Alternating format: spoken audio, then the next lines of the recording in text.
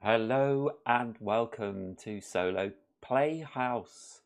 Today I am playing a new game, slightly familiar as last week I was playing, or maybe this week even, I was playing the first game in this series. But today I'm playing, as you can see, 7th Citadel, and I'm going to play the introductory scenario, a new beginning.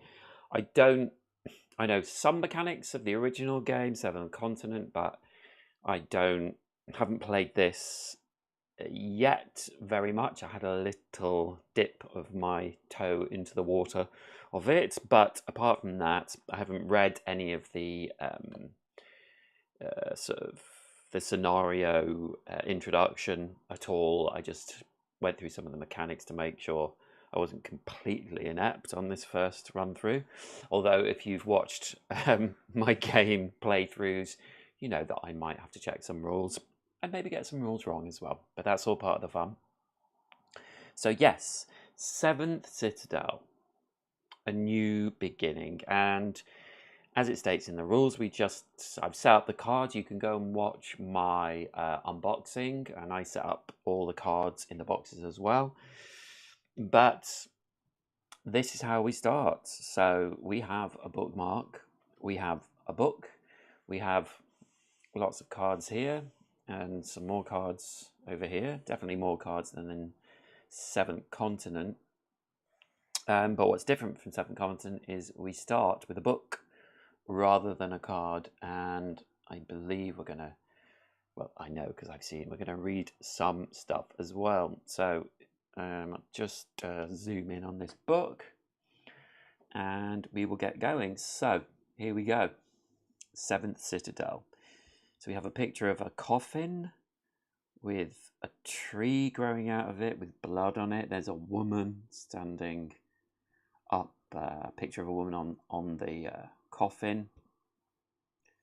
Church sort of archway perhaps, some sort of forest in the background, and then coming up through the ground are worms, big fat worms, and there seem to be a few crowns at the bottom as well. So that's the picture. The collapsing lands. During the conflict between the hegemonic state of Kel and its rival Gadalrock, a new threat emerged from the ground: the burrowers.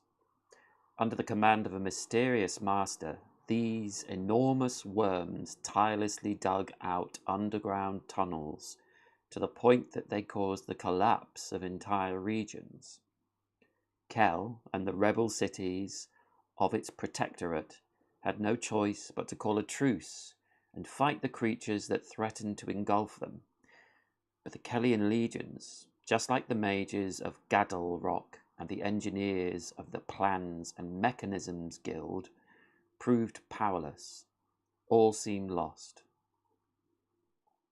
A glimmer of hope came from the ancient druidic clans.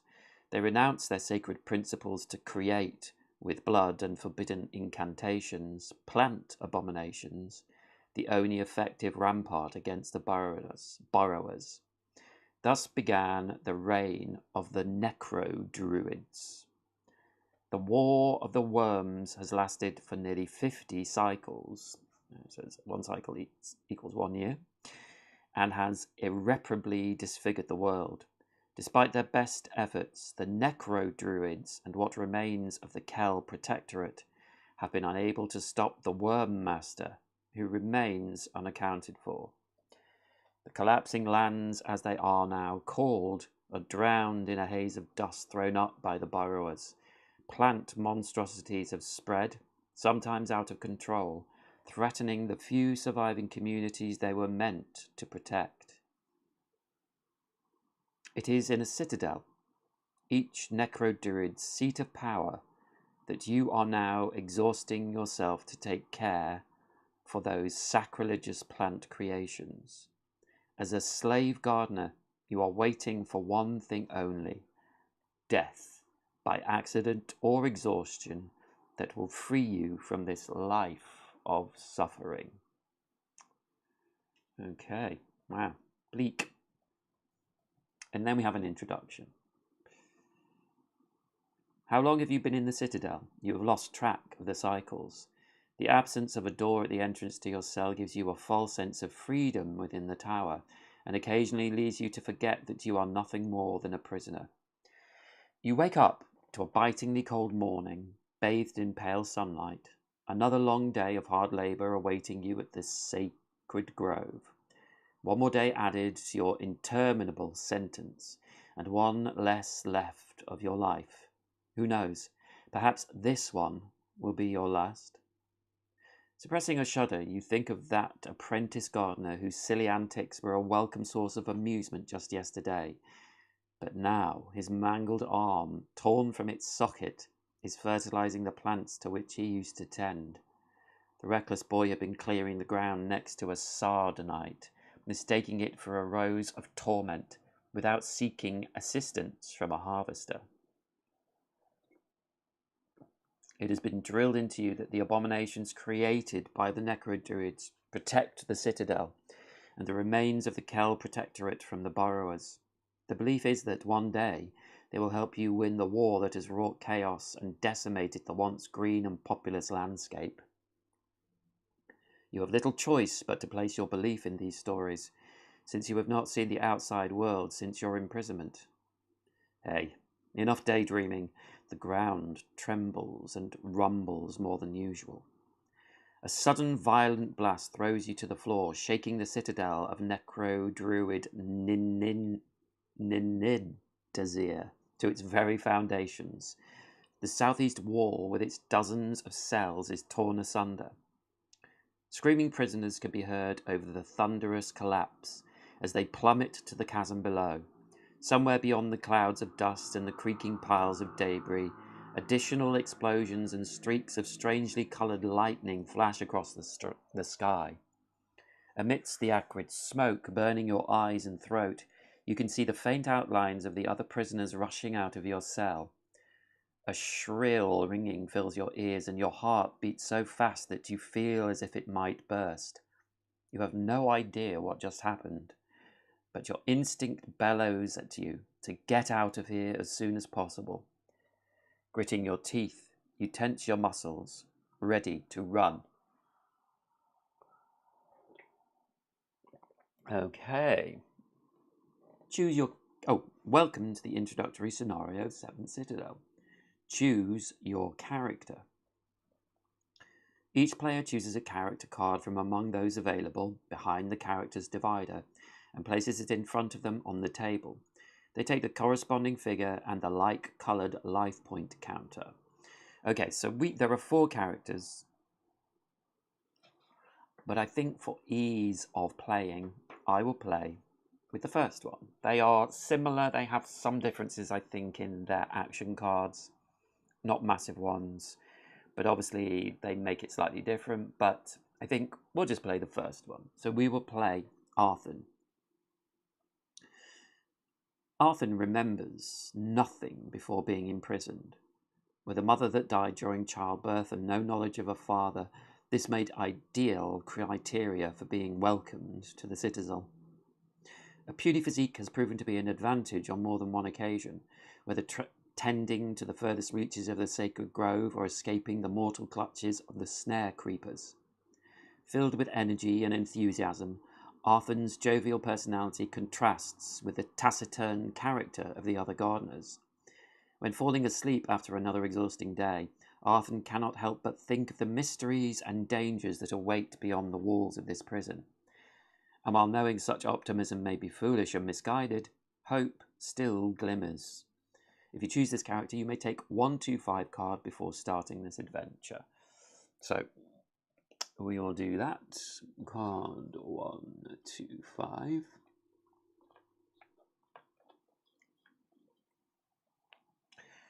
So here's card 1-5, and it has some text on it.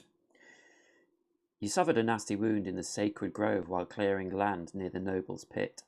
This is where the remains of illustrious individuals are buried, brought back over the cycles by the necro-druids' henchmen, and where their most promising creations are grown. The apprentice who treated you was struck by the strangeness of the injury inflicted by the plant, and dutifully passed on the information to his superiors. In a truly rare turn of events for a humble gardener, you were summoned to the penultimate floor of the Citadel to be examined.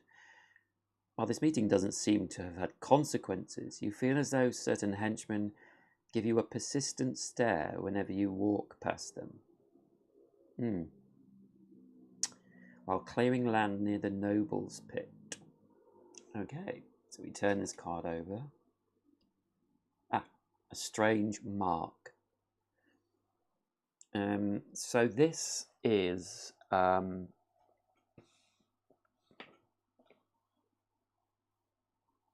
item, a state, or a companion. This mark, and the little lock means it can't be. I can't get rid of it. I have to keep this card.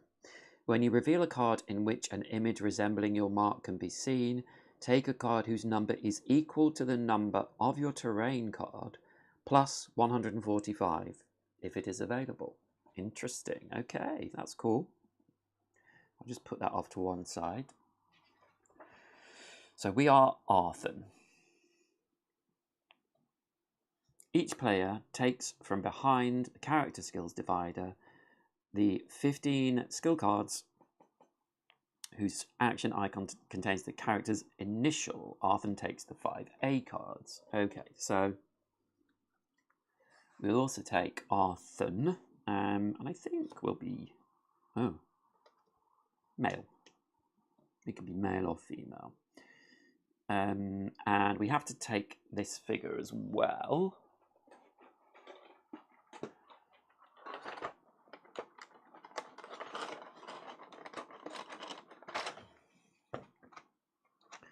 So he's running. So here's Arthur. It might be difficult to see, but you can see the blue. And we'll also take the blue life counter.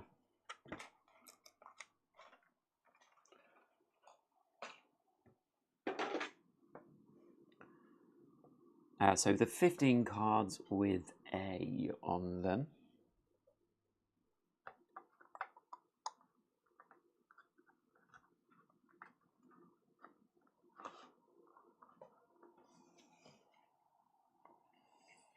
Here we go. 1, 2, 3, 4, 5, 6, 7, 8, 9, 10, 11, 12, 13, 14, 15.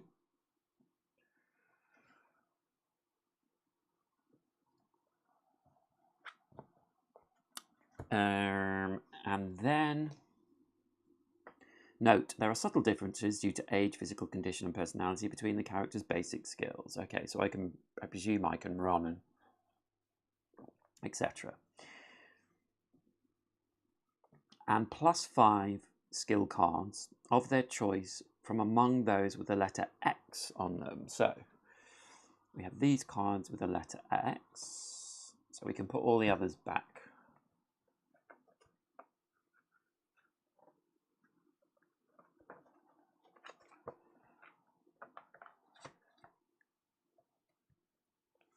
And note, there is a single copy of each of these cards.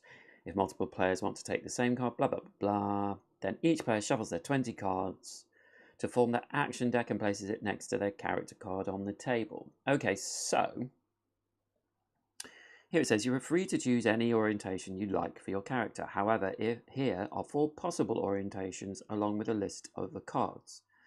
So we have, if I zoom in again, we have strength, stamina, support, leadership, arcane knowledge, dexterity, cunning.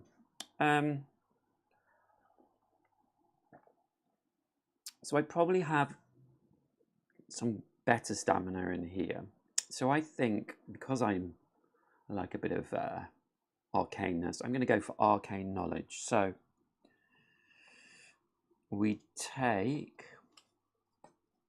I'm going to take those 5 cards. Arcane Blast, Self-Sacrifice, Arcane Knowledge, and then Energy Drain and Protective Sphere.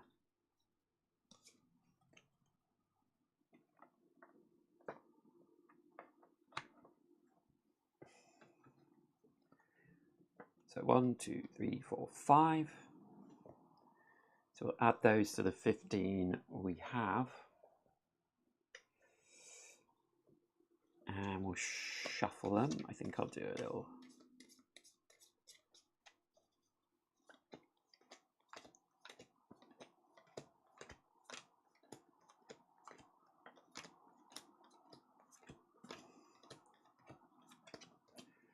Shuffle these up.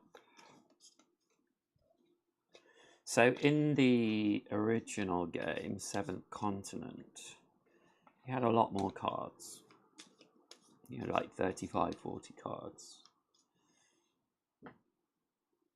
Okay, so we place them next to our character deck. So let me see. I think I'm just gonna... Oops. Move. Oh dear. I don't know why it's doing that. Come on now.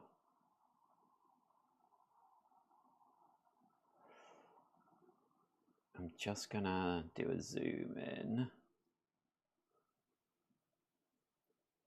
so we can look at these cards a bit closer when we need to. There we go. So we have a strange mark, we have our set of cards, and we have Arthur. We should look a bit closer at Arthur as well. So Arthur, I'll put his character there. So he has a move action where he can discard a card from his hand, from his deck, to move a figure adjacent to a terrain card, as long as you move my figure to an adjacent terrain card, as long as you do not exceed your maximum carried weight. Maximum carried weight for one player is 10. And we have a max number of cards in our hand, which is 4. We also have that action, we draw one less card if you move to a terrain card where there is another character's figure, which won't affect us. Okay, so let's go back to the book. So we've done that. Preparation phase. Set all life point counters back to 0. Then each character receives the following amount of life points, depending on player count. One player, we have 45. So we have 45 life points. These are rather nice. So I might put that above my character sheet.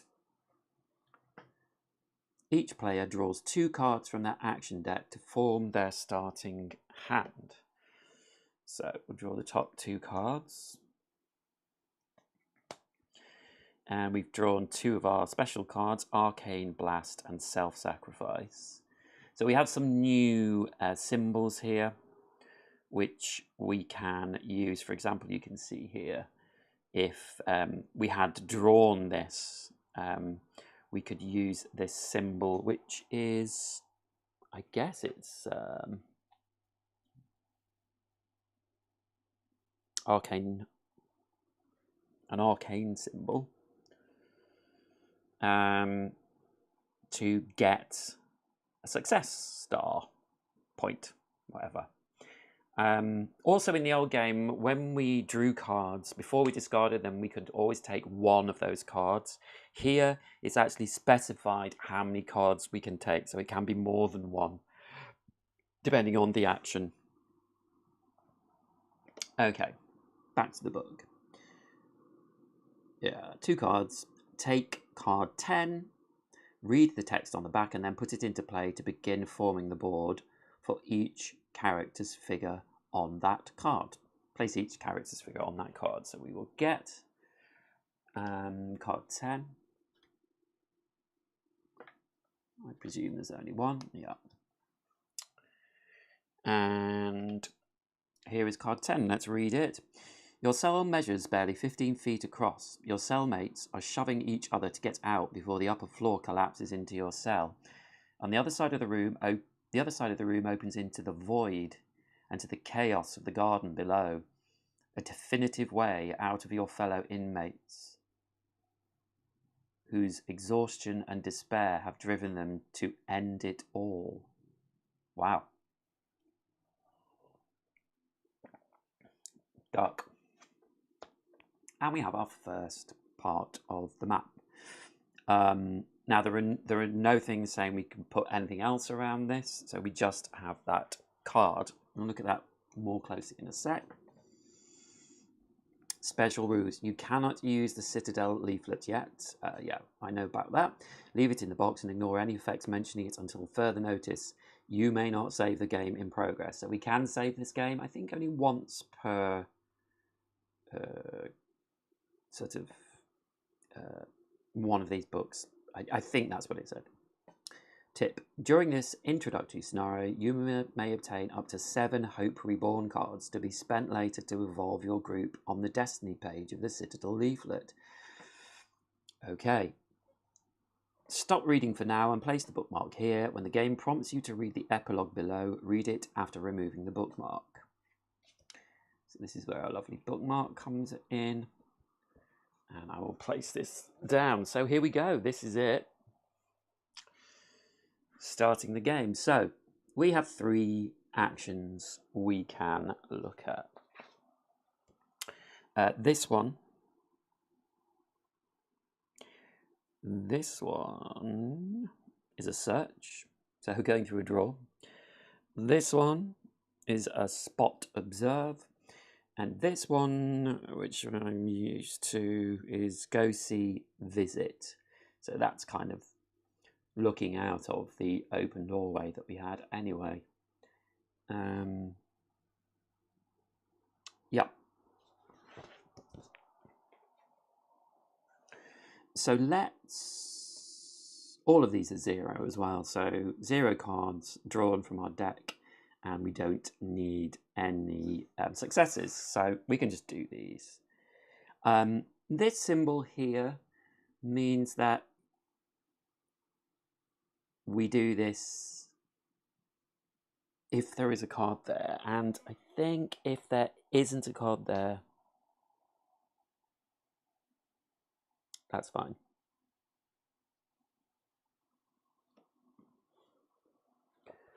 I know I read it in the rules.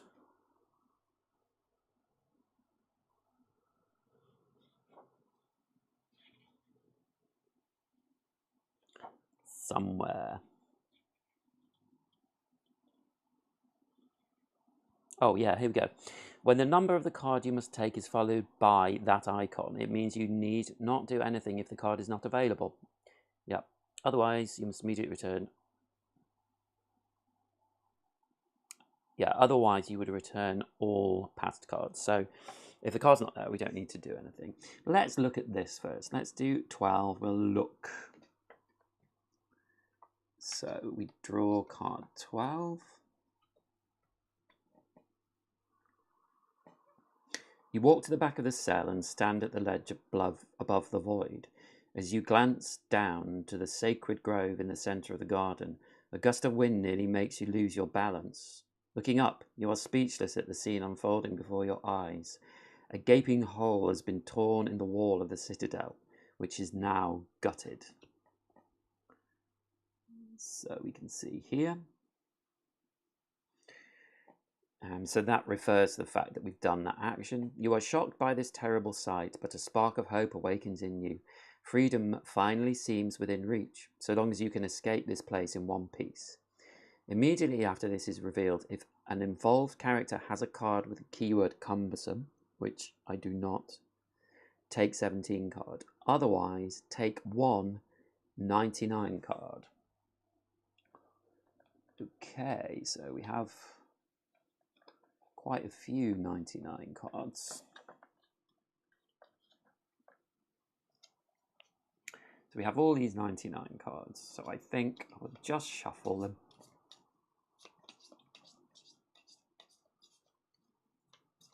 And we'll take 1. So this card is Hope Reborn. So this is a new type of card that we have not seen before in this game, and it's a quest item card. So this says, at any time you may block this, which means that it goes under our character card. And all of your other Hope Reborn cards, so that the characters share 10 life points. Okay, so this is a way of getting life back. It does have an action as well, which is...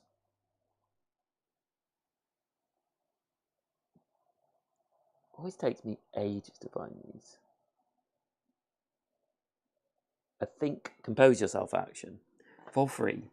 The fruits of your actions are beginning to be felt in the world around you and in yourself. Check one symbol on the Destiny page of the Citadel leaflet and apply its effect.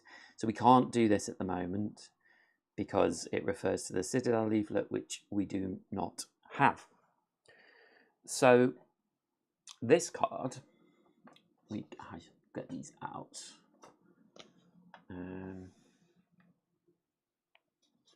Have these two, which is the past and quest items. I think I'll put quest items underneath. So this is a quest item, so we can put it on this card. So we know we have it.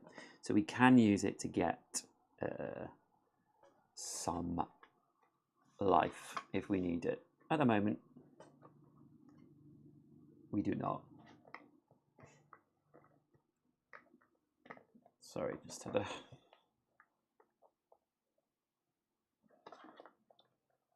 Do you know what I'm going to do?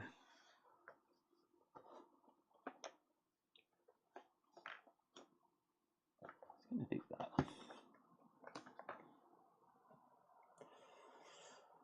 Okay. So we've done 12. So let's do a search as well. So we look at card 14.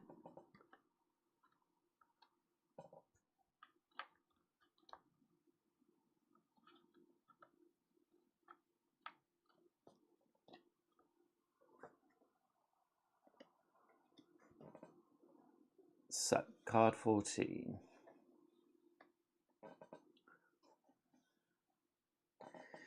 After another tremor violently shakes the citadel, bringing dirt and debris crashing down from the ceiling. The air is thick with dust, but you can make out a body buried under the rubble. Grunting with effort, you manage to pull it free. You recognize Tarja, an affable girl who has shared your cell for several cycles.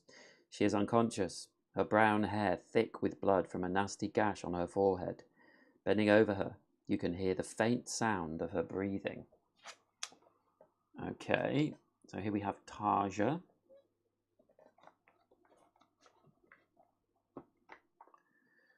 The other prisoners fled without a second thought. Will you carry Tarja away to safety, or leave her to a gruesome fate? So, here is an action that we have to pay for with cards.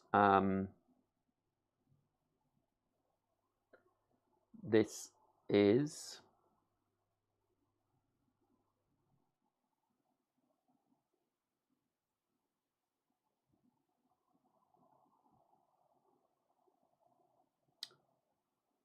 a lift action. Pull, push, lift. So we have to discard 2 cards.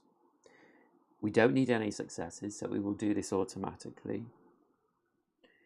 I can look at my cards that I have to see if there's anything I can do, but this one actually is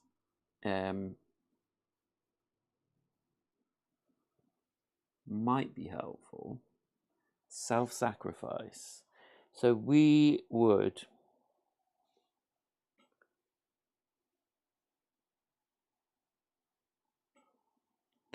two less cards.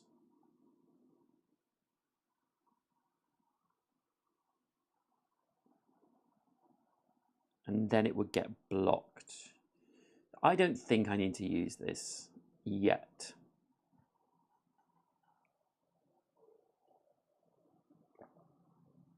So I think I'm just going to draw the 2 cards.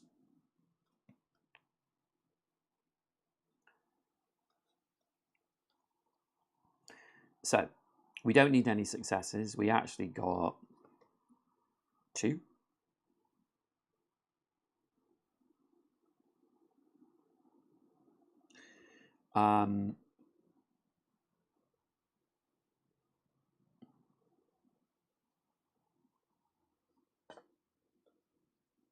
So we've succeeded at that. You gently lift her unconscious body and hoist her over your shoulder. She is pretty heavy, so we get one of these cards. So we've got a fighting card already, Jack of all trades. It gives us a wild symbol that we can use, or 2 wild symbols is the only card in your hand. This one, this symbol, so there's a chain symbol now, which on actions it means you can draw as many cards as you want, but can only use a certain number. So whatever the number would be on this one gives you an extra card you can use. And also during the consequence step, you may not apply shields effects, which we haven't got to. I think I'm going to take Jack of all trades. So I can take that into my hand. I can only have 4 cards in my hand. So now I have 3 cards. And we take 11.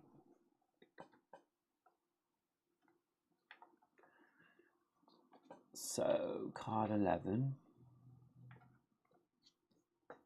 And we banish this. So I have a banished section at the back.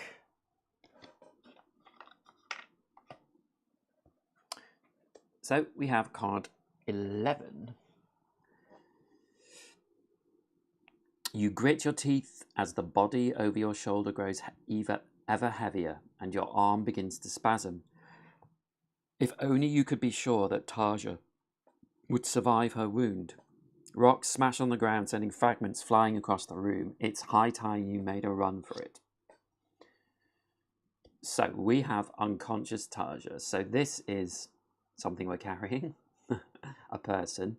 And the weight is 3, which is fine because we don't have anything else with weight. And it says, your body aches with fatigue. So we have these new symbols. So when we walk or run, discover one, whatever these actions are, move, backtrack, run, flee, during the consequence step, it's a -2 card. So that means the active player must discard 2 less cards from the top of the action deck. So it's basically simulating not having time to stop, I guess. So, because this is an item,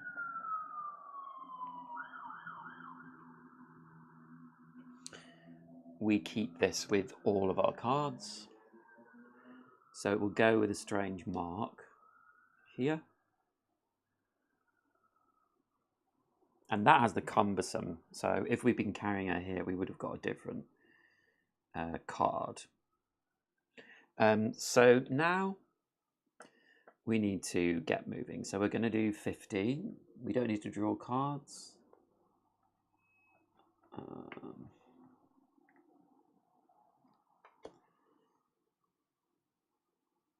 No success is needed. Dozens of prisoners run past your cell. You were about to run after them when a terrible crash deafens you. Tons of stones have dropped into the corridor, filling the space with thick, billowing dust. Wailing and cries for help echo through the corridor. So here we are. So we do need to do that run action. You rush out of your cell after your fellow inmates. No matter what happens, you swear you will never set foot in there again. Oh, that's if we've completed it. So we have to do this action. So we have to draw 1 card, but our unconscious Tarja means that during the consequence step,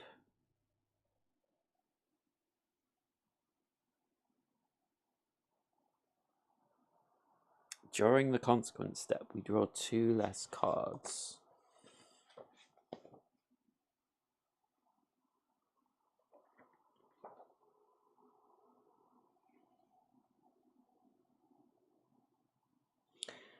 So let me just make sure. Consequence.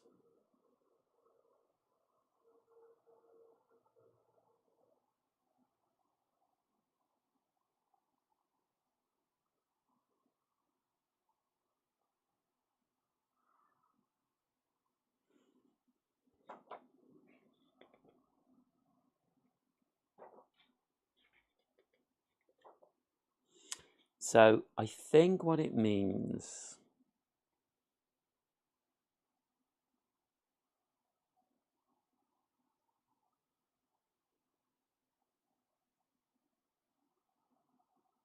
Yes, so what it actually means is that we discard 2 cards from the top of our deck at the end in the consequence step. So we lose 2 more cards than we would normally do. So I'll draw a card, and that's Arcane Knowledge. I'll put that straight into the discard pile. We've drawn 1 card. We don't need any successes. You rush out of your cell after your fellow inmates. No matter what happens, you swear you will never set foot in there again. So the consequence step, because we have unconscious Tarja, means we have to discard 2 more cards. And there is nothing about getting a card. So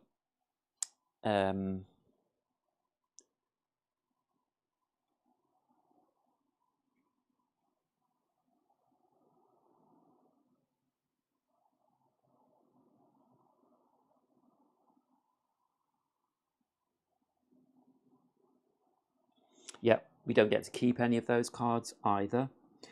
So we discard this and replace it with 15 card. Each involved character moves their figure onto it. I haven't put my character on there.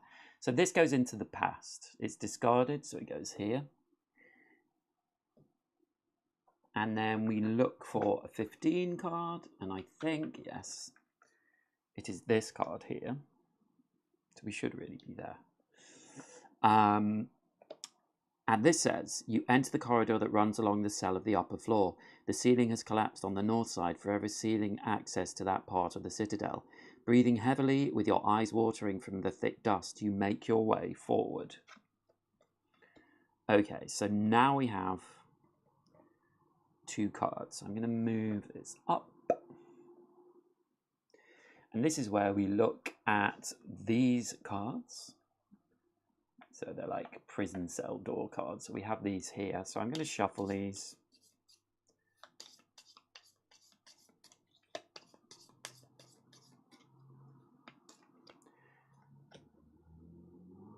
And we put one in each relevant place.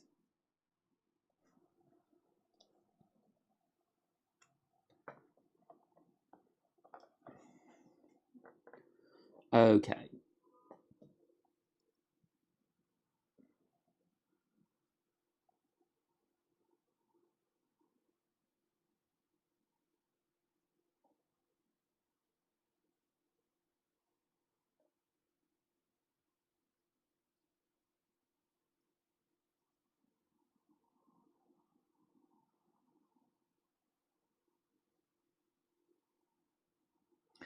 So this card shows something in the corner, which is an action we have to do. So when we are doing the move action, we have to add an extra card. And we're already losing 2 cards because of Tarja as well. We can look for free, so I think we might as well do that. And that is card 18. I don't think there's anything else on this card which is helpful right now. So let's look at card 18. A gardener lies face down on the floor, moaning as he attempts to pull himself free from the rocks that have crushed his legs, leaving him in torturous agony. Okay. So we have a card above here. The man stretches out his scrawny arm in your direction, giving you a pleading look. So we can help him. We can do a strength action. We have to have at least 2 cards. and 3 successes.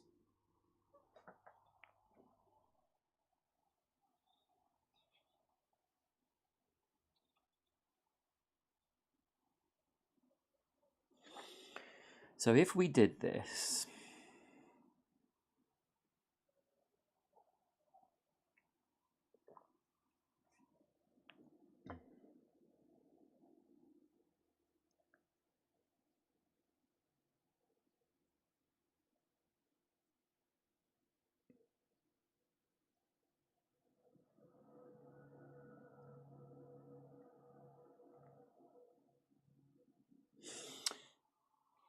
well, let's look at this.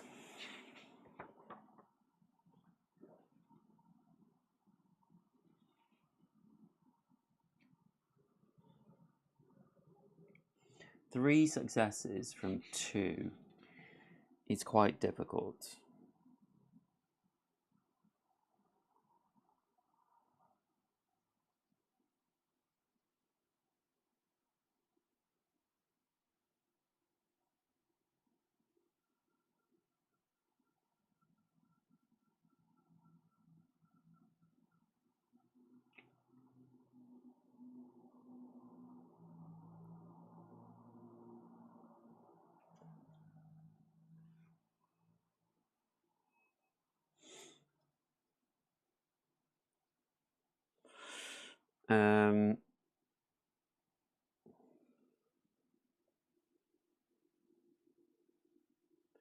This action isn't affected by Tarja.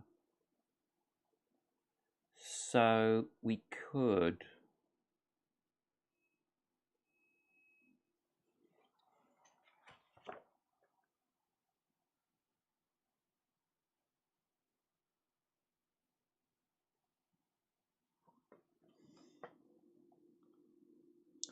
I'm limited here because I can draw as many cards as I want, but I can only use 2 cards for the successes, so I would need to get 3 stars. I don't really have anything that will help me.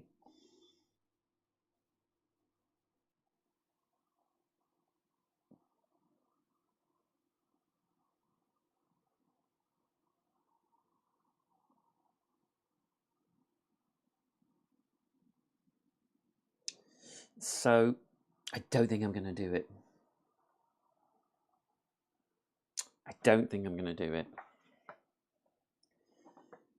I am going to look what seems to be in this cell. So I'm going to do this action here, which is a free action. The action is officially called, always forget these actions, a Pathfind action. So I'm going to look here. So we just flip this card over. The passageway is filled with a thick grey cloud of dust thrown up by the falling rubble. Your feet scramble unsteadily over the rocks on the floor, slowing your progress and making you check your balance at every step. So I have to do a run action, so I'd have to discard 2 cards because of Tarja in the consequence step. I can only take 1 card for the action. I get to keep 1. I think I am going to lose. If I draw 1, it's quite dangerous. I'm going to lose 4 cards if I do this. I'm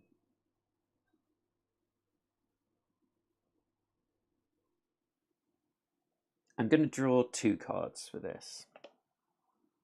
So 1, 2. So I do have 1 success. I have 2 successes actually. So here we go. This is an example of these cards being helpful. The symbols. So 2 of these arcane symbols is 2 successes.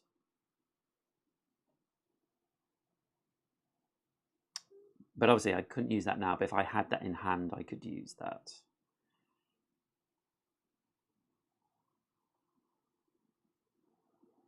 So I have the one success that I need. So you somehow manage, because I can just use that card. Sorry, I have to use just the one, and I have one success on there. Somehow you manage to make your way through the corridor. So we get to keep one card and we discard that card. So I think I will keep Protective Sphere and put that into my discard. So now I have 4 cards in hand. We discard this card, so it goes into the past, and we replace it with card 31. I should also discard 2 extra cards because of Tarja. So card 31. The door in front of you leads to the room used to store the garden tools, which would increase your chances of survival. Every day the Overseer, a taciturn man with rather odorous breath, distributed the tools to the gardeners and ensured they were all returned in the same condition. So here we are. The heavy door is double locked, which is hardly surprising. If prisoners had access to this room, they might use the tools for something other than gardening. Okay, so we have an action here where we can open the door. It's also locked as well, so we can only use 2 cards. And we have to get 3 results. 3 successes, I should say.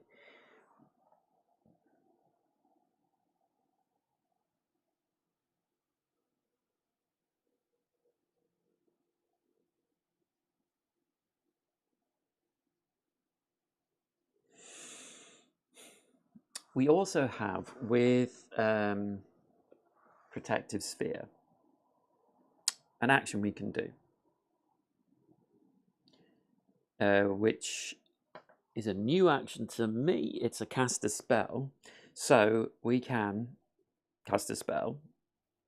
We don't... we can't use any cards. Well, we can't use any cards for stars, but we have to have 2 stars. So we have to draw 2 arcane symbols to get those 2, which is kind of crazy. The area around you, I mean, we get some special sort of thing from that.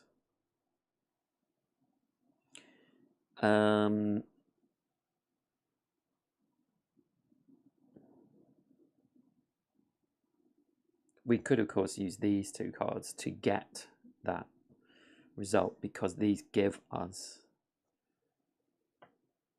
symbols, I think. I'm pretty sure. Yeah.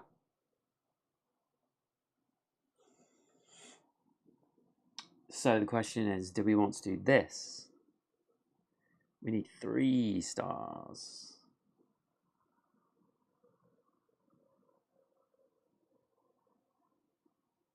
Seems pretty tough. I think what I've got to remember is that I have lots of life at the moment.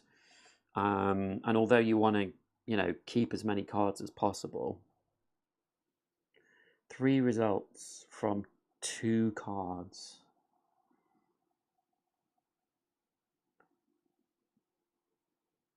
If I do 3, that would be kind of risky. If I drew 4, less risky, but that's a lot of cards to draw. But maybe it would help me.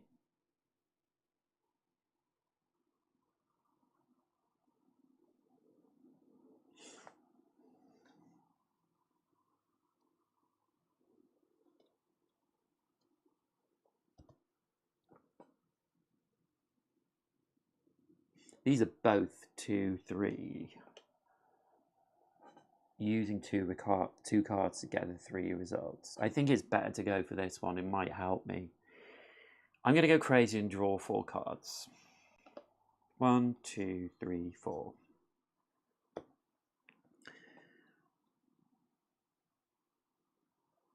Okay, that's not good.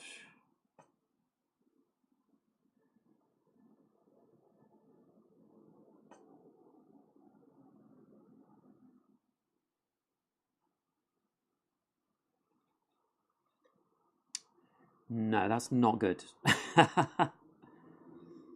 Because I can't make 3, because these two won't fit together. So I've failed that test. The task is tougher than you imagined, and we get to keep one of these cards.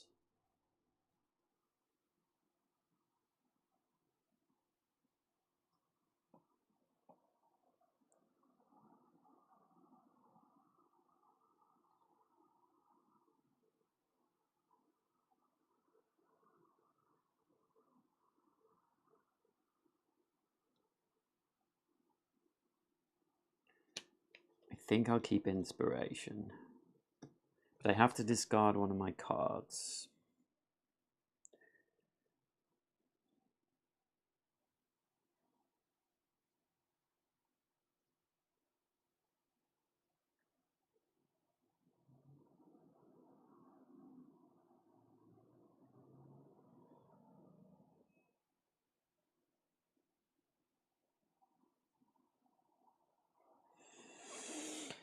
I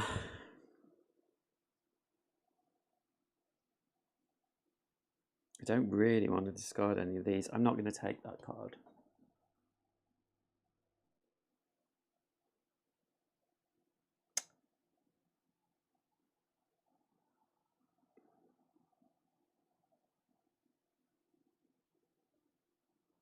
Okay, I'm going to look at this. This is a free action. Metal wire. You have picked up a malleable wire that will come in handy. Ooh, okay. So, just to show you this one. So we have a lock, or another new action to me.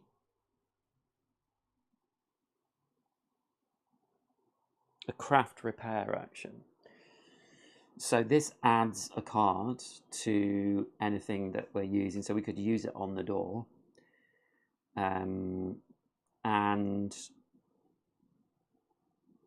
also, when we get this symbol, we can convert it into a success. So this doesn't have any weight, so we just get to put this with our things.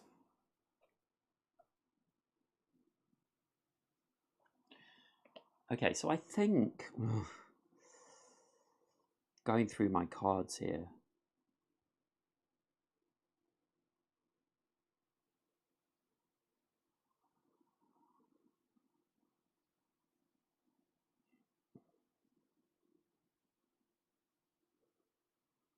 I could use my metal wire to add a card to this. And if we drew any of these symbols, we could get another success as well.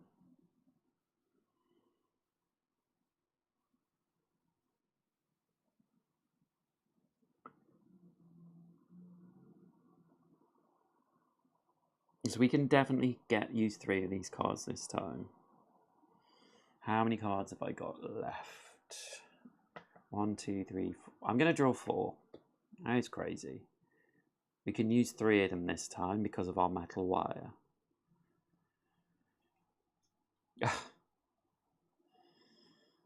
Okay. 1, 2. We can use 3. Oh, no. Oh, that's so annoying.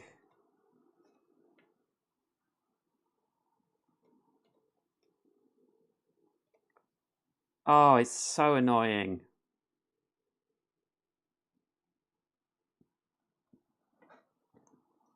Come on now. We've got all the other symbols.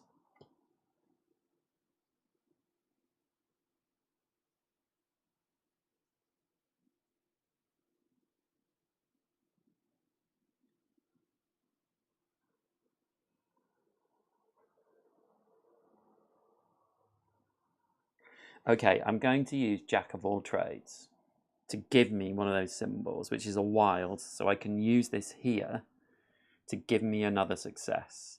So I can have 1, 2, a success with this symbol, which is wild. So that gives me my 3 stars. I'm going to use that. So we have done this time, just barely. And it says the door swings on its hinges with a creaking sound. Banish this and replace it with 31. Okay, so 31.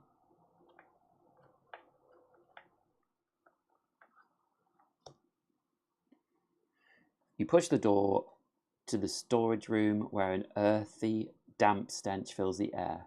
Several shadow weeds give off a pale, light blue glow.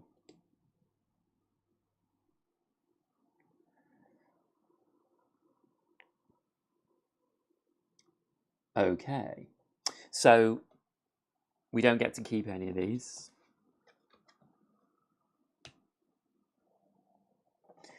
And now we can move. So we have our move action, which is 1 card, and then we get to keep 1, as long as we do not exceed weight, which we're not. We're only on 3 weight with Tarja, but we have to discard an extra card as well because of this. I'm pretty sure.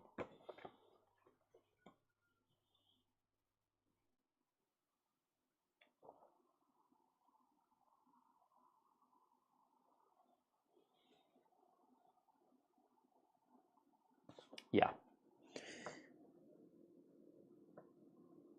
So we have to discard 2 cards and we can keep 1 of them. So we discard 1 and then we have to discard another one, and we do not have any more cards to discard. So what we do, which is new in this game, is recovery.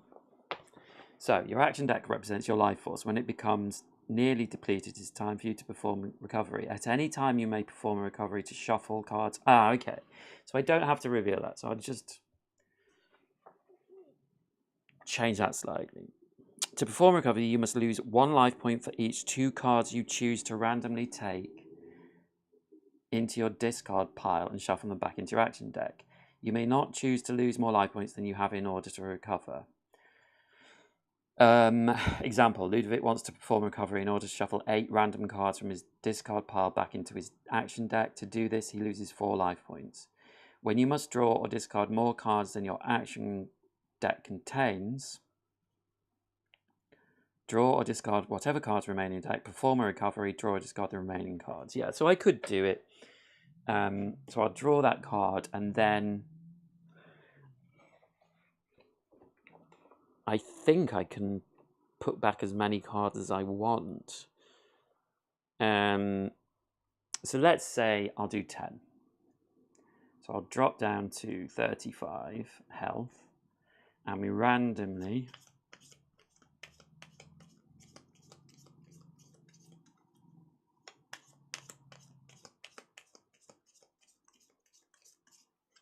put 10 cards. 1, 2, 3, 4, 5, 6, 7, 8, 9, 10 back into our action deck. So then we have to draw the other one. So we move into the new room, and then we get to keep one of these cards. So we have Vigilance, which is on any action, we get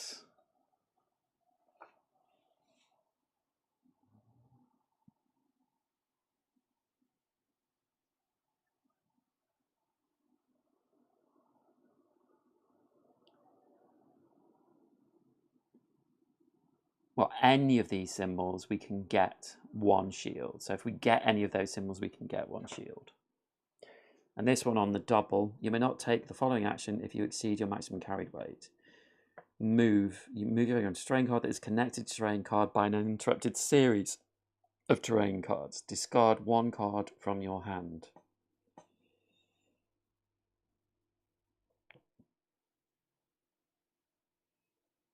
But we have the keyword cumbersome at the moment, so I'll take vigilance.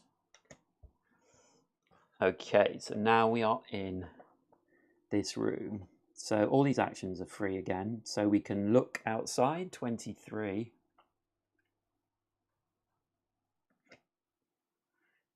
We'll just move this up because we're not going to use, we're not going to try and save him. A section of the ceiling has collapsed in through the corner of the room. Looking through the opening above your head, you can make out the angular shape of a piece of furniture hidden in the shadows of what appears to be a bedroom. Okay, this goes here. And it says, the opening is too narrow for you to slip into the room on the floor above, but if you try hard enough, you should be able to squeeze your arm through. So we can do a climb action. 4 cards minimum to draw for a 2 success. But if we have a weakness, which I don't think we have, no, we don't have the keyword weakness, so we don't need to worry about that.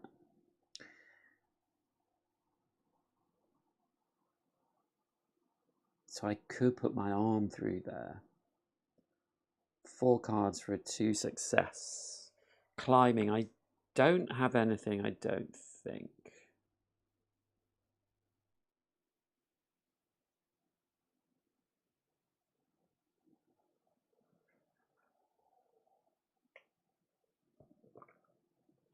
I don't have anything that will help me.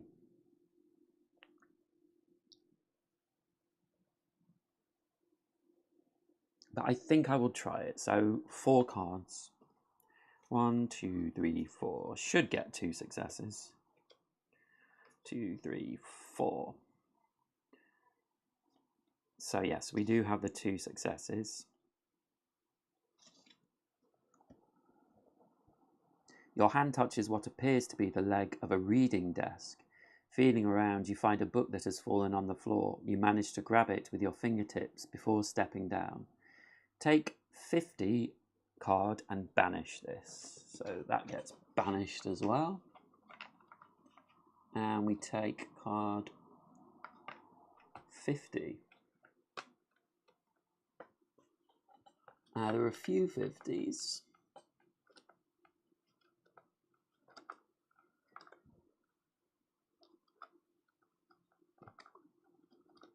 Oh yeah, a lot of 50s.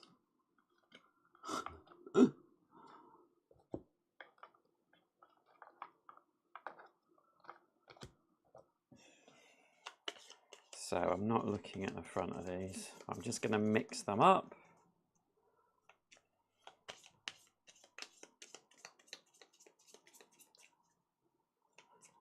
And take the first one. You leaf through the book you have just found. Flaglantia. You have been told about this plant. Its smell is dreadful.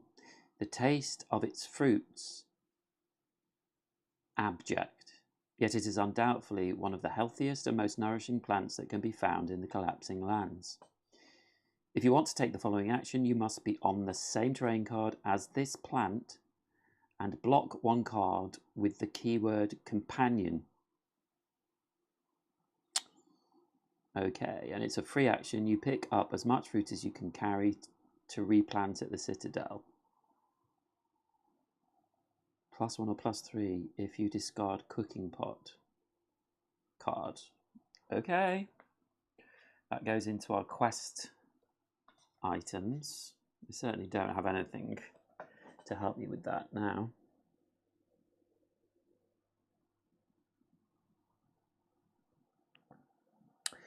So let's have a look in this room, so we'll have a little scooch about. So 42.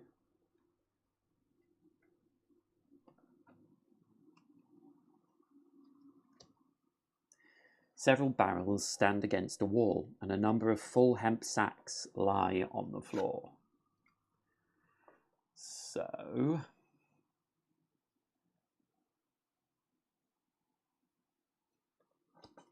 this one goes here.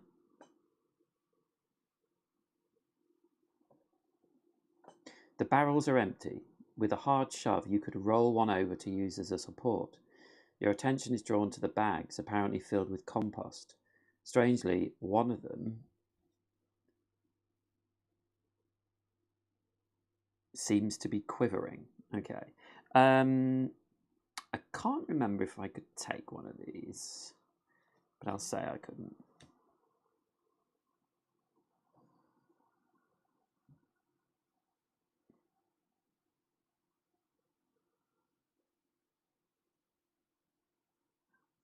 Ah, that's annoying. So we could have used the barrels to climb to make that a little bit easier. 2 less cards. But hey, there we go. So we can look in the bag and take 35 card. So let's do that. I don't know what this is going to be, but you kick the bag, releasing a centipede the size of your forearm, which quickly scuttles off towards the stack of barrels.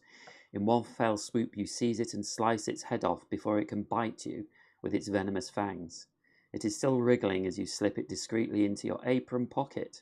You would rather not have to share this prize catch with another gardener. Okay.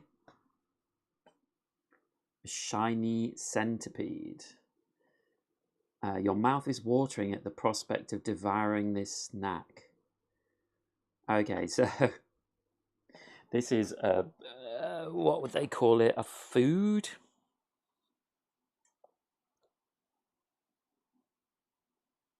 An eat-drink action.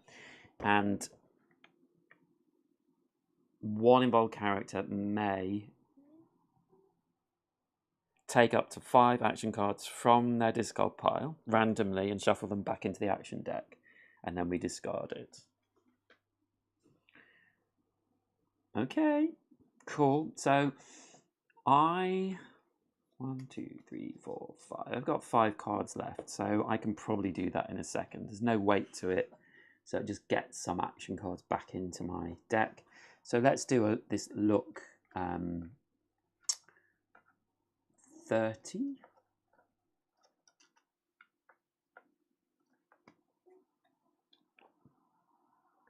In a most military fashion, the Overseer is a former legionnaire, after all. A few iron tools are organised on a rack. Sieves, baskets and buckets hang from the wall as well. Okay, so this says... Oh, you can't see that, so I'm sorry. So this says...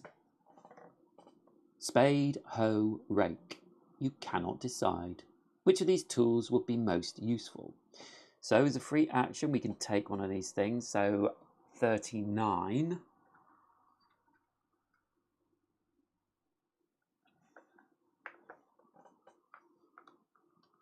I'm guessing there'll be 3. Yeah. So we have a choice.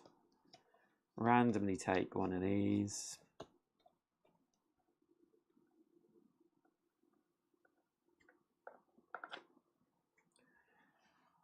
So let's see what we get. We get a hoe, which is weight 1, a useful gardening tool for loosening earth and cutting through roots. If sharpened, it can also slice through flesh. So we have a fight or a dig action for this, which gives us a success. During the consequent step, roll a die. If you roll a 1 or 2, discard this. So we do have dice in this game, which we did in the last one, but they're a little bit cuter now. So we have these die now. And they are used for some fights which are like compound actions.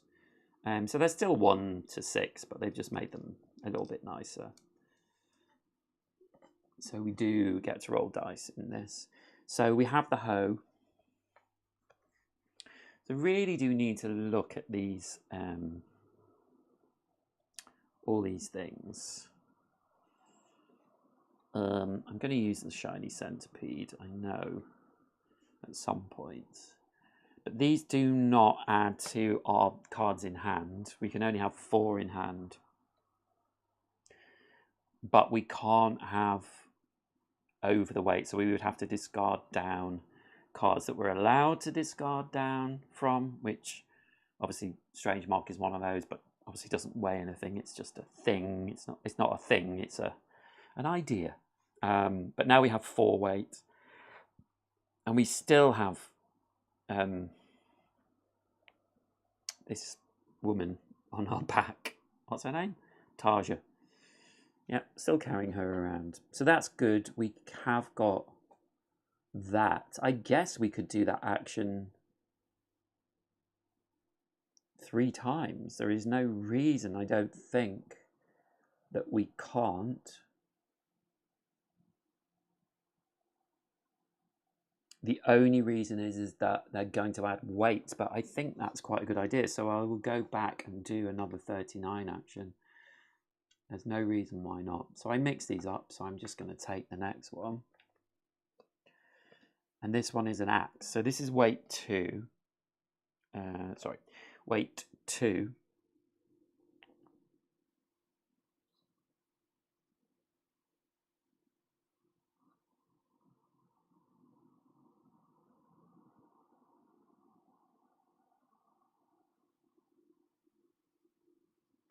A tool reserved for the harvest for the Citadel. Cutting down a tree is a job for anyone, but when the tree starts to hit back, that's a job for the harvesters. So this axe, again, for fighting, we can add 1 to a locked action, so we can use one more card than it would say, or we can use 2 of the fist symbols to get 2 successes once. And then we have to roll as well for that one. So that adds 2 to our deck. So I can put this here like this. I think, in fact, all these 3. And we'll put Strange Mark there. And then these 3 we can just line up. So that is the way. We used to have wear on these with dice, but now we roll a dice. And there's a 1 in 3 chance of them being discarded. I forgot to get this card out as well, so I will do that.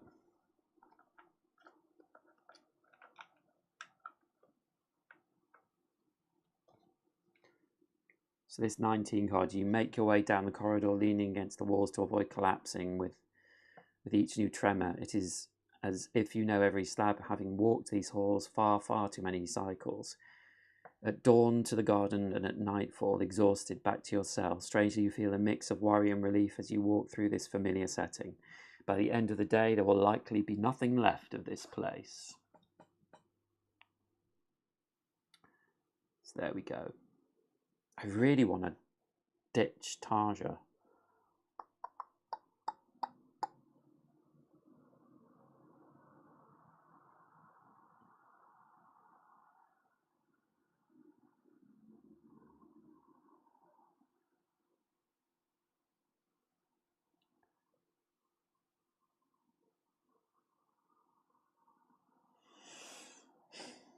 Okay, so I've done everything in this room.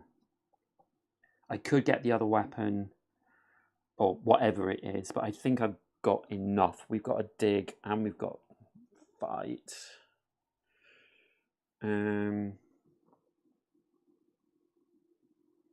So I think I'm going to use my shiny centipede. So we will eat it. It's a free action. 1 involved character may add 5 cards back to their deck, and we discard this. So we're going to add 5 cards randomly back to our action deck. 1, 2, 3, 4, 5. And then we will shuffle this.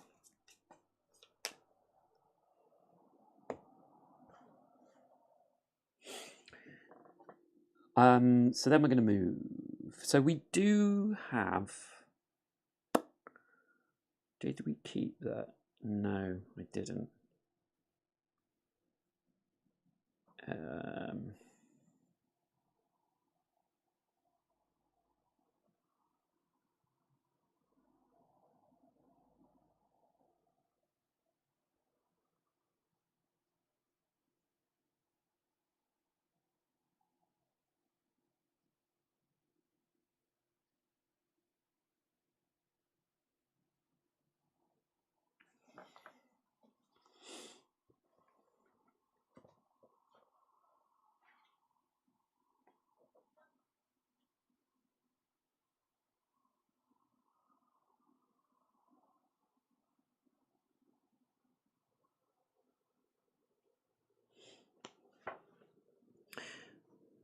I'm just thinking about this protective sphere. So the interesting thing about this is that this action restricts it, that I can't use any stars that I draw on cards to get the 2 stars. But I can use symbols on cards.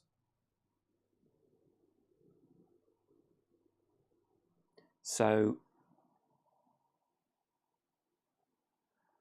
I could get 1 symbol, wild symbol, with this card for this action by discarding 2 cards. And if I drew another arcane symbol, I could still use the arcane symbol. It's just successes that restricts this. So I could get the 2 results. It's just protective sphere. The air around you starts to shimmer within moments of magic force field envelops you completely. Sounds fun. But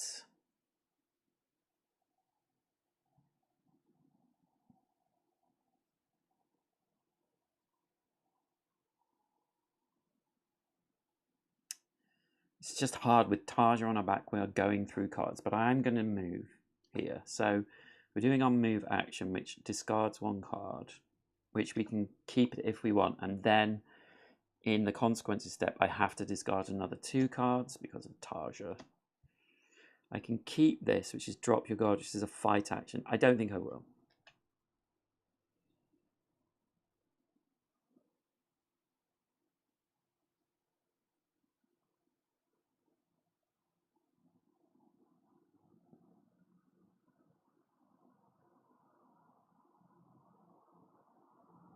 Maybe I will. Maybe I'll get rid of vigilance. Okay, so moving through here. I mean, I could try and rescue the chap. I do have... I don't really have anything that will help me with this. I'm sorry, my friend. I don't think I can help you. I just don't think it's going to happen. So I'm going to move down here. Again, I have to discard 1 card and add another one because of the room I'm in with all the rubble. And I also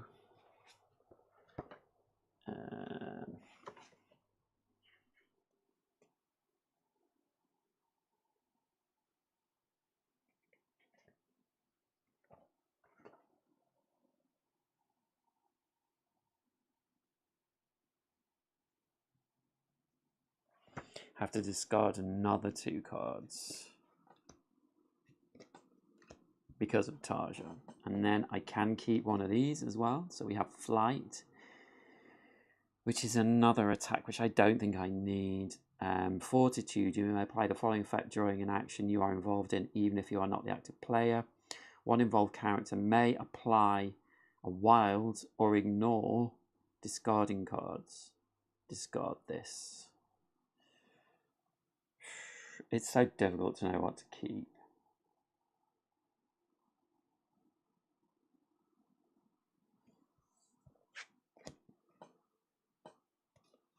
I think I'll keep Fortitude. So we move. Did I discard the extra 2 cards? Yeah, I think I did. Yes, I did. Okay, so then we do have another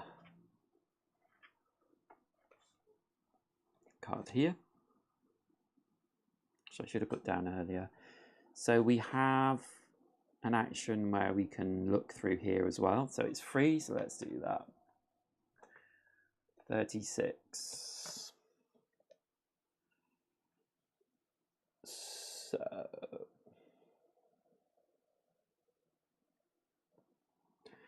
you prepare to enter the cell when your nose picks up a stench that you know all too well.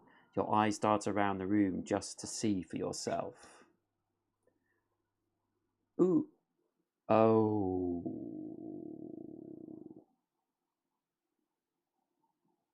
Now, I shouldn't have got those extra cards, but I could have done them in here.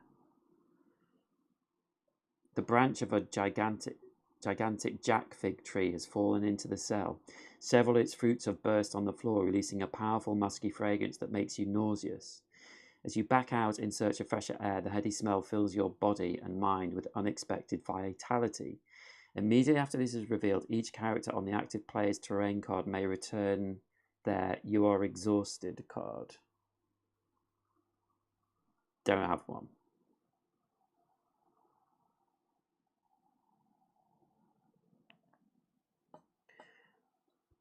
But we could have done that thing there where we got 5 cards back.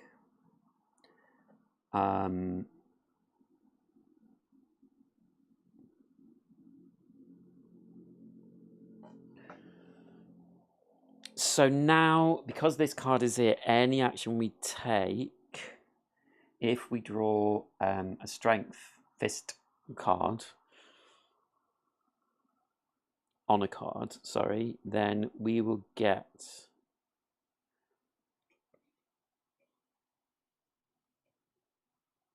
two cards from the discard pile back.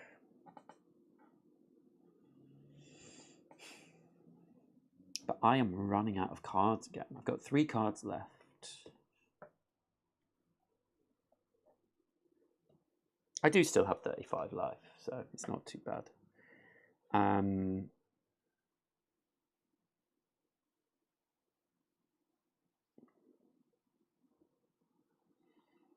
So I think we should look here. So we will flip this over.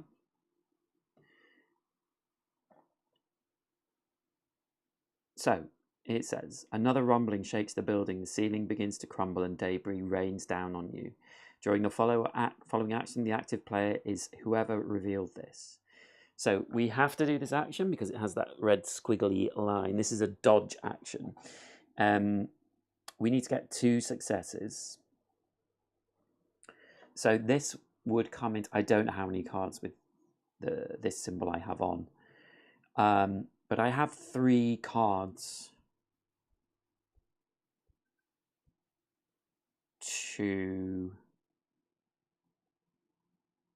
draw without doing anything else. So I need to get 2 successes. So because I've been burnt with that, I'm going to draw these 3 cards. There are no... Fortitude is the only card that I could use.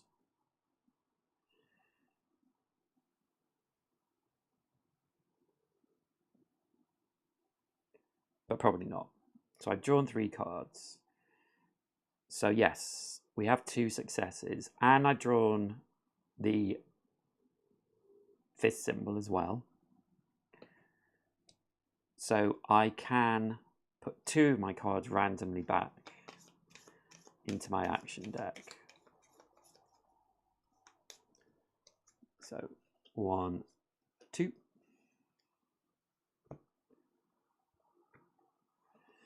And that says, with a series of agile bounds, you manage to scamper to safety. So we don't gain anything. We don't get any of these cards. But we successfully dodged that. This is a temporary event. So it's resolved immediately and then discarded. And we get card 26.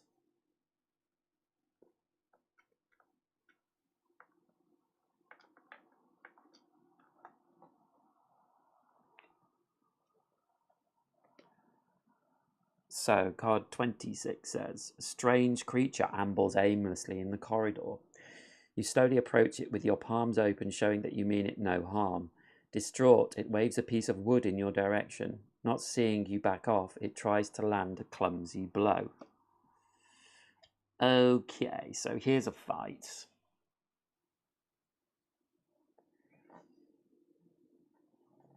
Ooh, strange. So, this is a fight that we don't have to take, but we do not have anywhere else to go. So I'm thinking we should do it. What we do immediately is we put one of the dice on here. So we're at the top action.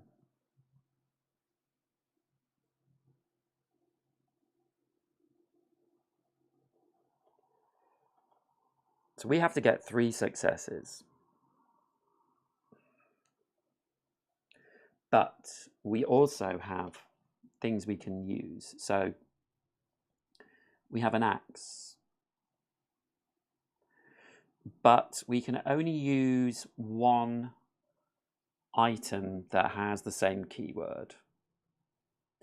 So for this axe, or the hoe, I think it was, yeah, the hoe, we can only use one of them. But we don't have to. I think we should go through this actually, step by step.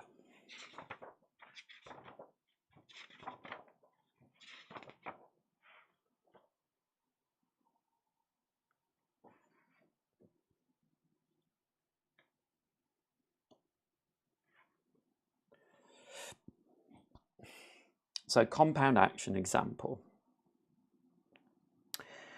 So it's a fight action. So we gear up first. Bruno will select. He may not use his Gladius card as it shares the keywords. Yes. So we select a weapon first.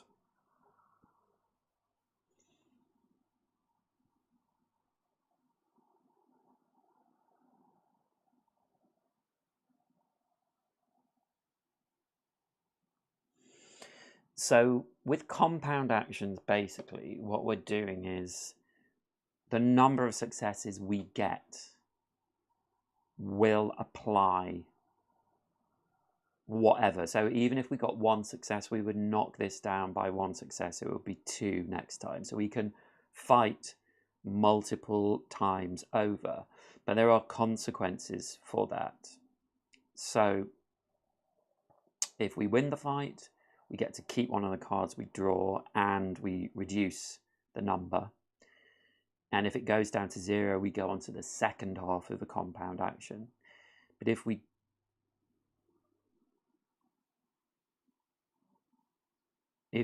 don't get successes, then we lose cards.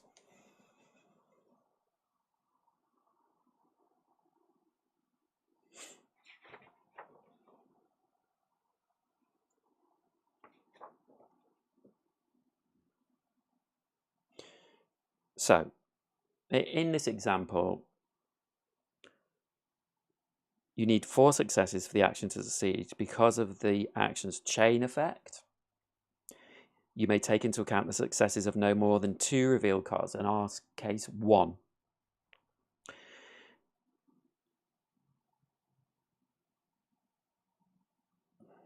Bruno applies the consequences of success.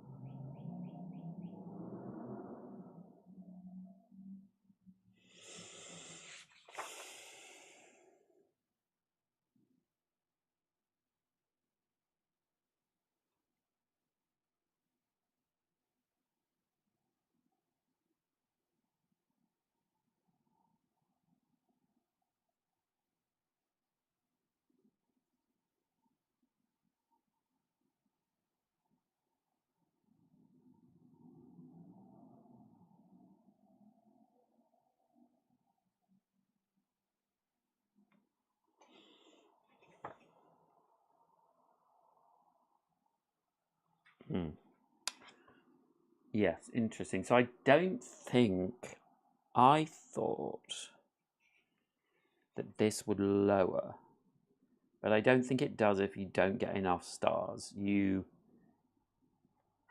basically have to take the consequences of that action. The negative consequences. But obviously, if you do succeed in the first one, then you get the benefits and then you move the dice down. Yeah, that makes sense.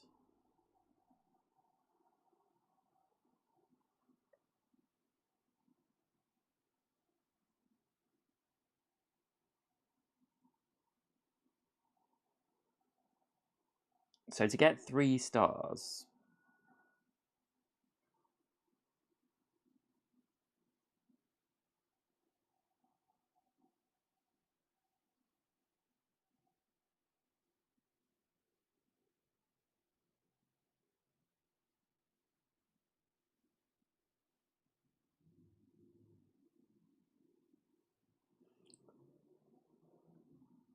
from 1 card, I need to draw extra symbols.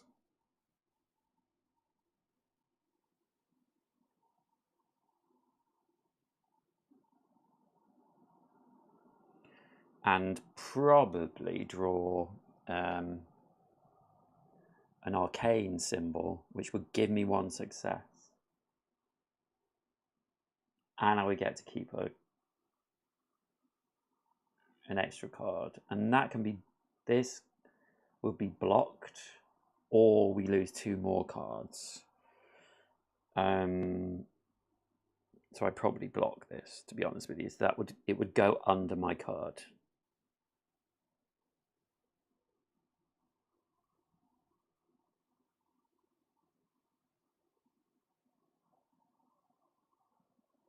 I do have Fortitude as well, which I can apply a wild, so I could get that success. And I could use Drop Your Guard.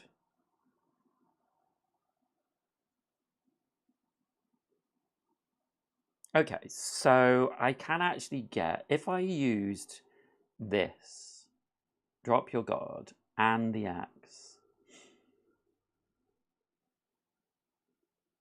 I could take into account 3 cards that I drew to try and get the 3 stars. And I have 2 cards left. So I think what I'm going to do, I look through my discards. I have some arcane symbols here. And just 1 strength symbol, which would be helpful there. So I might use this weapon to get that success. So I think what I'm going to do is I'm going to do my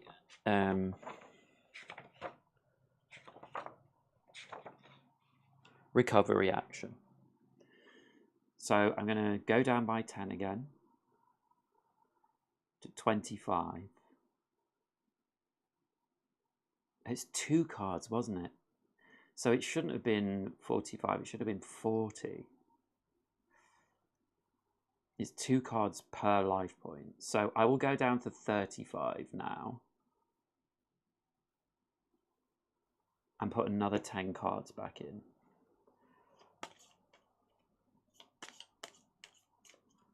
One, 2, 3, 4, 5, 6, 7, 8, 9, 10. Now I'll shuffle these back in. Oops.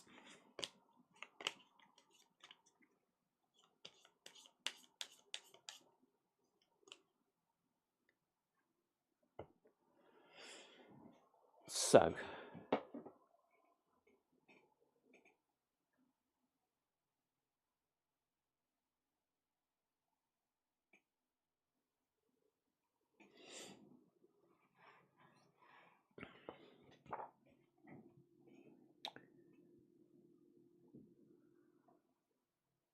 I can draw as many cards as I want, but I need 3 successes from 1. I am going to... So I want to do this properly. Having a good think about it. So, turn sequence. So I gear up. I'm going to select this card. My hoe.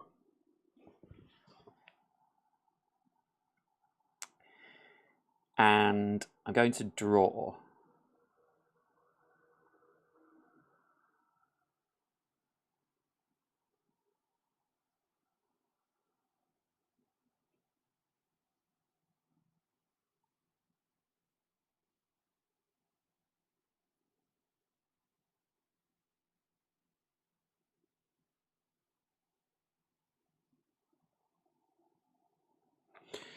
Yeah, so I'm going to draw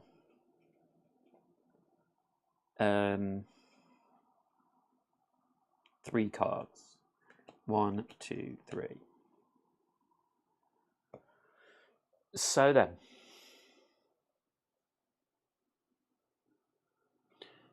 we reveal the results.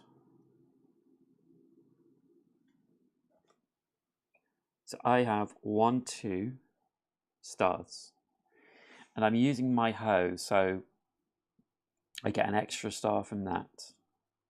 And I don't need to use anything else.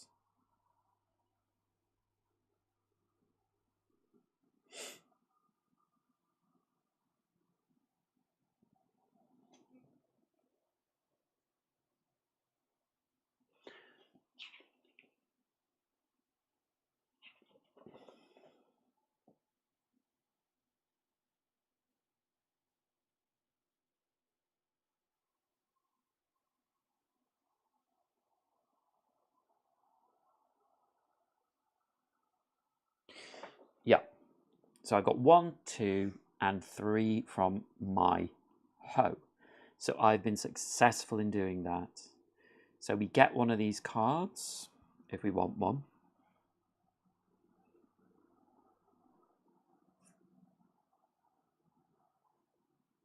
And I think I'm going to take Determination.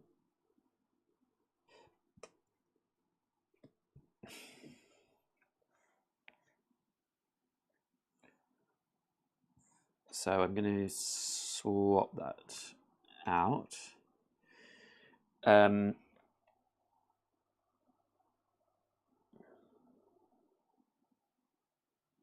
So the consequence is we've kept that card. This moves down.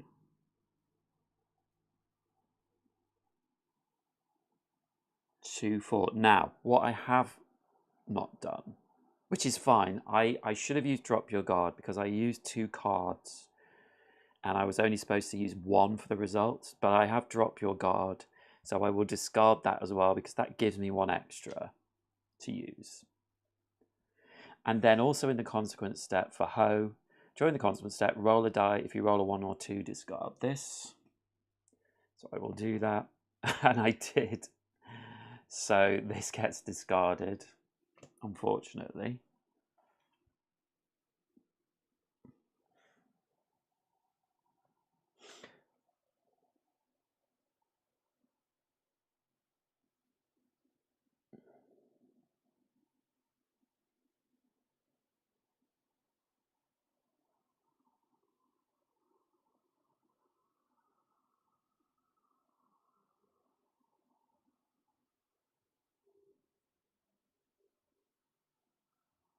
Yeah. So now I can do this second part of the compound action with the fight. So now I can take 2 cards that I draw their results. I need 4 successes. You should see that a bit closer, and then there's a consequence to this.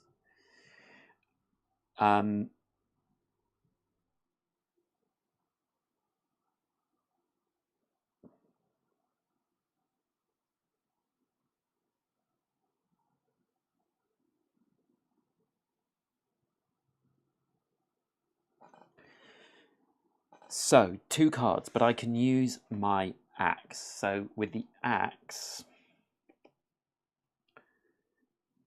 I can select it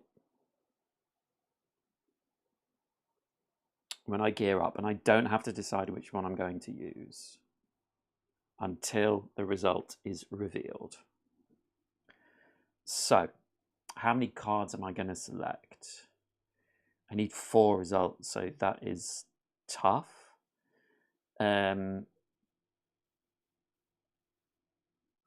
I can only use 2 of these cards as results, but with my axe I could use 3. So I think I will draw 4 or 5. 1, 2, 3, 4, 5, 6, 7, 8, 9. I think I'm going to draw 5. I know it's over the top. 1, 2, 3, 4, 5.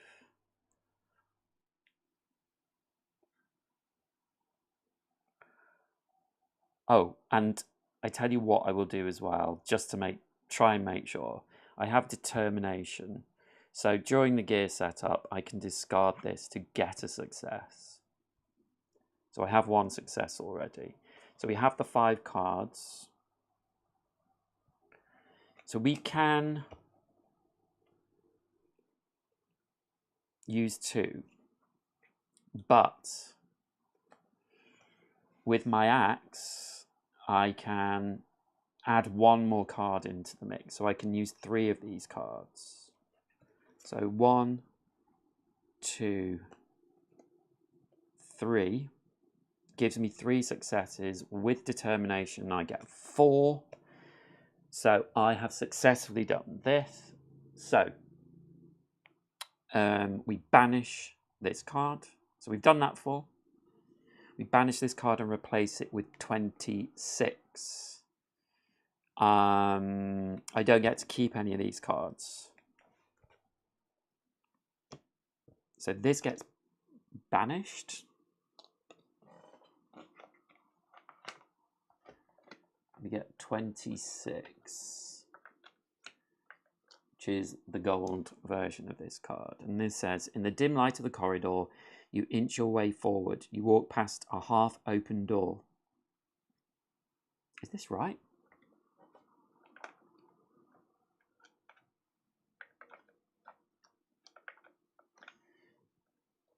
Yes. And cannot suppress a shudder of fear. The room beyond it is the chamber of questions, and anyone entering it always confesses their secrets, even if they have none to hide. Enraged howls ring out from the cell across the way. Okay, so we're going further down. So I'm going to move all this up.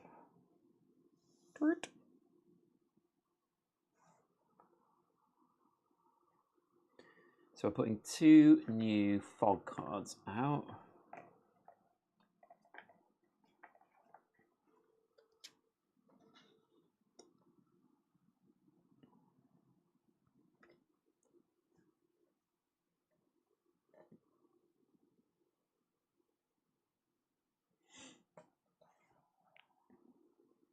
And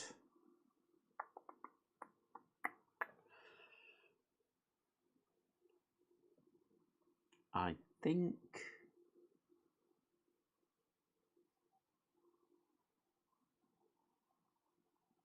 we will move. So I still have Tarja on my back. I'm kind of regretting. She's making me go through cards a lot. So I can move, drawing 1 card. And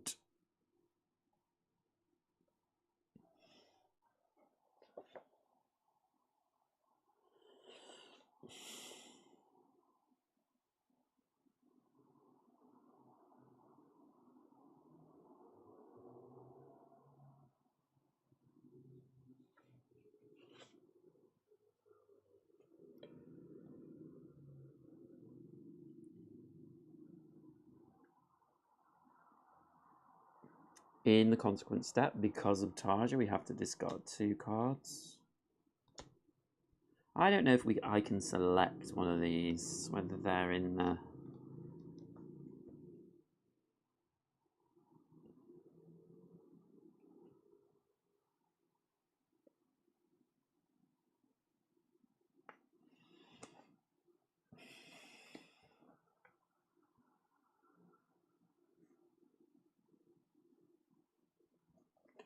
I'm going to take spare no effort. So I move down here. And then I will, let's look at this one. So we don't need any results from this. This is Damnation. A darkish squash stands right in the middle of the passageway. It has spat its deadly seeds all over the place. It would be best to avoid stepping on any of them if you value your feet. So count how many seeds on the ground and take the corresponding card. If you do not take the right card, the icon will be visible. You step on a seed and it explodes upon contact. Lose 2 life and take a 3 card. Count how many seeds lay on the ground. Okay. 1, 2, 3, 4, 5, 6, 7, 8, 9, 10, 11, 12, 13, 14, 15, 16, 17, 18, 19, 20, 21. 21, I 3. 1, 2, 3, 1, 1, 2, 3, 4, 5, 6, 7, 8, 9, 10, 11, 12, 13, 14, 15, 16, 17, 18, 19, 20, 21. So card 21.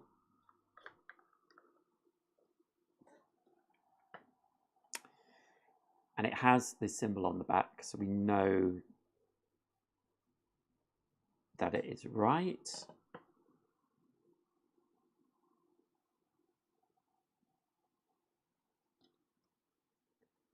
You pick your way through the seeds, making sure not to step on one of these explosive traps.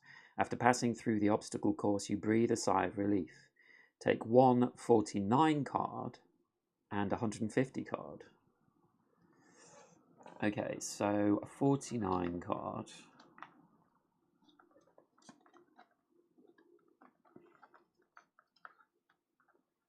Yeah, I think I had one of these before. So this is a Glimmer of Hope. Oh, yes, I have a Glimmer of Hope. Oh, no, this was Hope Reborn. Okay, Glimmer of Hope. The thought of a hearty pull from a tankard of mead can sometimes raise your spirits more than the promise of better days. At any time, you may return 5 Glimmer of Hope cards to take 199 card. And this has an action. Unblock 1 card. Return this. Ah, that's interesting. So I now have... Oh, I could have used this.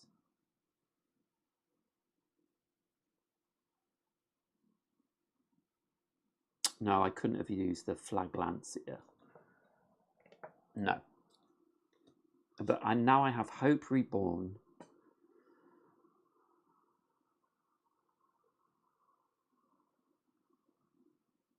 To get life points. And an action which I can't use yet. And Glimmer of Hope, I'm going to return 5 Glimmer of Hope cards to take, which I only have 1. And an action, unblock 1 card, return this. Okay.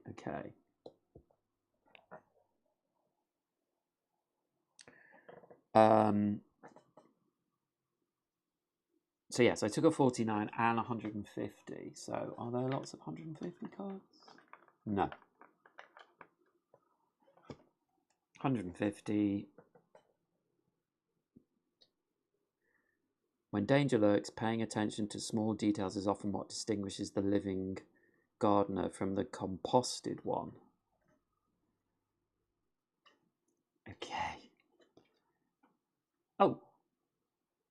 With your senses on alert, you are ready for any eventuality. At any time, you may choose to return this to your "You Are Confused" card. Sure. And it has an action. Choose 1 card in your discard pile and or your action deck and add it to your hand. and return this.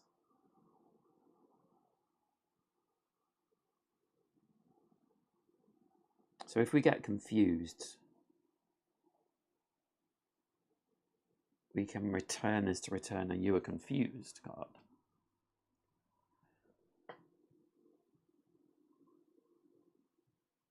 And this goes out as well, sorry, because it's a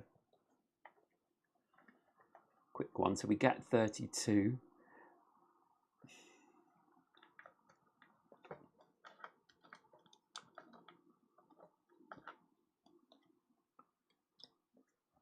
And 32 says, you have walked past this room 1,000 times, but have never entered it yourself. What luck! Those who have experienced it have terrible memories, the sort that wake them at night. Drenched in sweat, with eyes wide in horror, pushing the door open, you take a look inside the interrogation room. An overturned brazier has spilled its dimly glowing embers all over the floor, and an obviously unconscious, obese giant is slumped against a cupboard. Close by, a man is imprisoned by stocks around his neck and wrists. Okay. So this is interesting because these flaglantia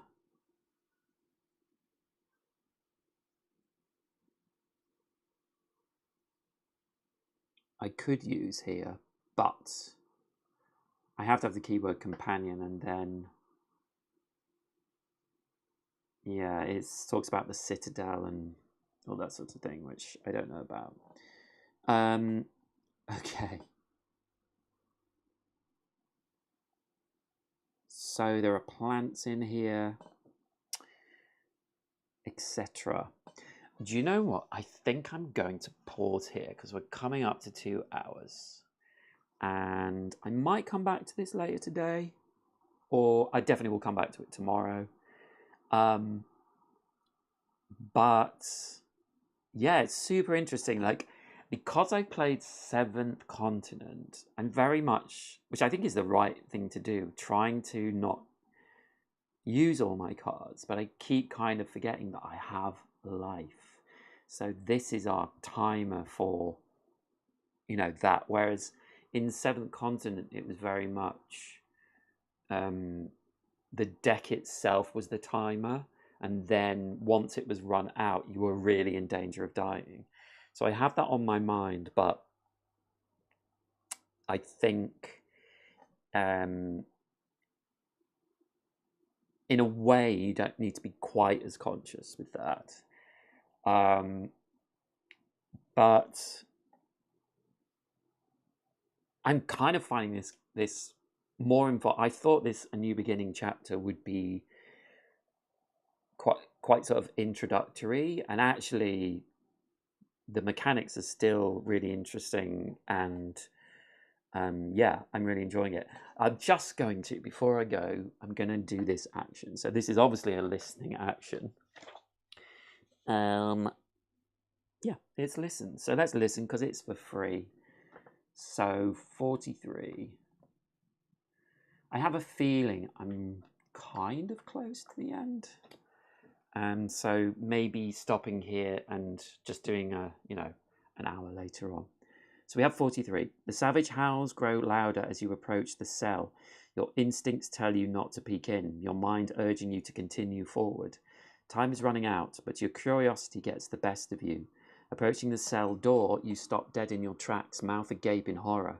A prisoner wearing tattered clothes writhes in the grips of some insanity, screaming and lashing out at his flesh. His skin is taut over a network of dark veins that are slowly dispersing black sap through his body. Yuck. You are familiar enough with this affliction, caused by the spines of the blood flower, to know that this poor devil is done for. All it would take is one push to end his agony. So we could do an action, a strength action. We have to draw 6 cards, and we only need 1 result. So it's just going to burn through cards. So I don't know if we want to do that. I will think about that and we will leave it there for now. Thank you for watching. I may come back to this later on, or definitely tomorrow. And until then, please give this a like, and I will see you next time. Okay. Bye. Bye. Bye. Bye.